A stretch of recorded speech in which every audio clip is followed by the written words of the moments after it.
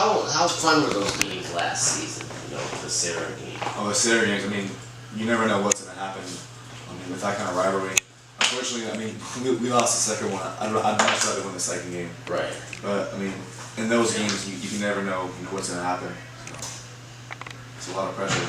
But at the same time, it's pretty exciting. Right. Do you know Jalen Green at all? Yeah, I know him pretty well actually. So I've been to camps with him.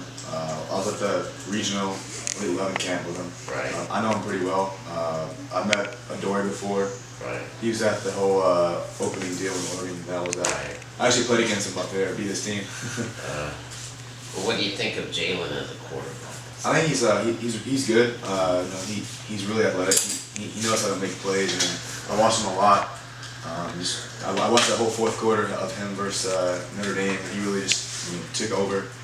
He bounced back from a tough first half, and he really just took over the game. I mean, he's a guy that I have a lot of respect for. Right.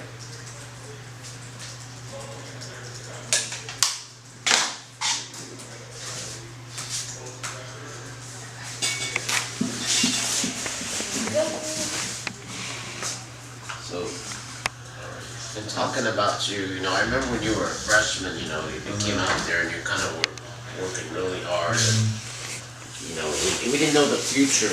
Yeah, yeah. Stuff, but, what kind of happened there? You kind of did you kind of just didn't feel like you were getting an opportunity? At the end of my sophomore year, a lot of things that happened that I didn't really like too much. A lot of the seniors at Crestview, the senior leaders, they even told me, if you're not going to get your shot, they're not going to give you the right opportunity, then just leave and go to Chaminade or go to Loyola. Or at that time, I considered Loyola or Chaminade. That was pretty much it. But even a lot of those seniors, they really influenced me, told me to get out of there. So I think they saw the future of where things were heading.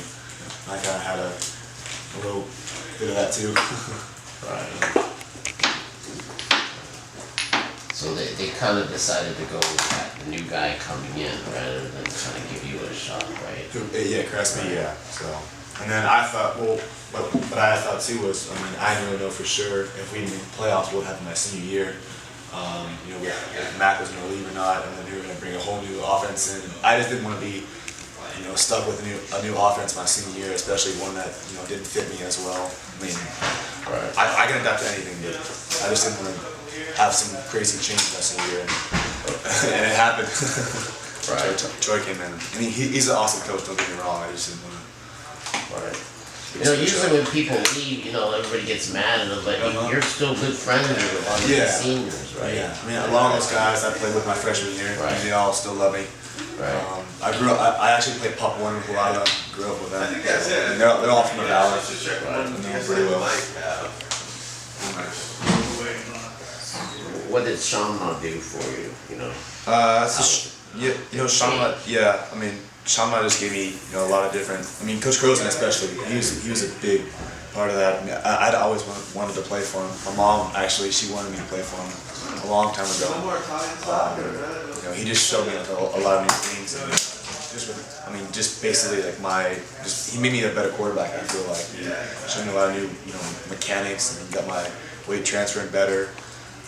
My distribution of how my feet, like when I was at Crestview, my mechanics were way different than when I transferred to Chaminade.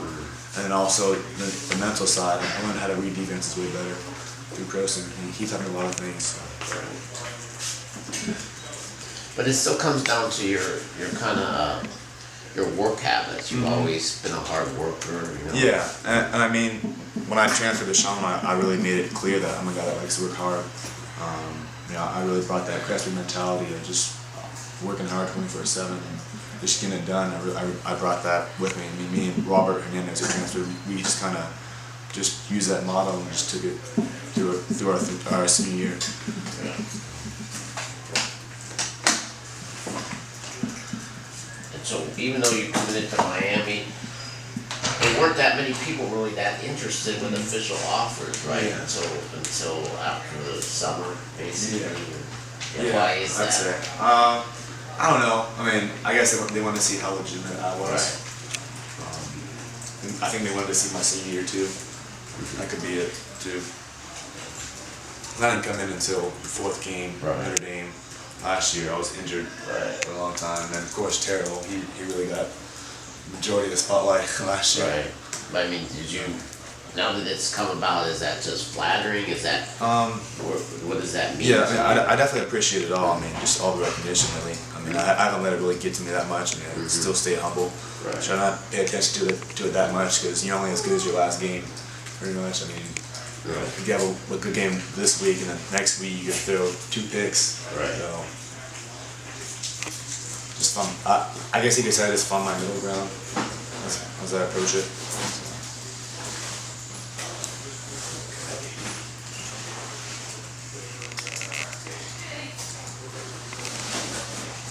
Did you always want to be a quarterback? Or? I started out Pop Warner at age 6. Started playing football. I mean, I played everything on the field. I was a fullback, from fullback to safety to tight end, and then by maybe age 8, the team voted who they wanted to be the quarterback, and they voted me. I could throw the farthest. So, I mean, ever since then, I started to work with it. I mean, do private lessons. Boy, those kids are really smart. Yeah, yeah. See, it worked out. Who needs to be a coach? Yeah. You got 8-year-olds smarter than whatever you call them. Okay. It's because our quarterback had actually quit, and they needed someone to use for playoffs. What team was that? The 8? It was West Valley Eagles. Okay. Those 8-year-olds. Are any of them still around? Tara was on my team. I played with him from age 6 to probably 10 or 11. Newbie? Yeah, newbie. Okay, so it's funny. We started out Eagles and ended as Eagles. Okay. That's pretty funny. Brendan McKinney, who played a while ago, was on that team. Right. Birdie Lewis from Notre Dame was on that team too. He's still on the Notre Dame? Yeah, he's number 44. Okay. Yeah, defensive end. Okay. So he voted for you to be the quarterback? I don't remember too If he clearly. voted, I'll have to ask him. He probably doesn't remember.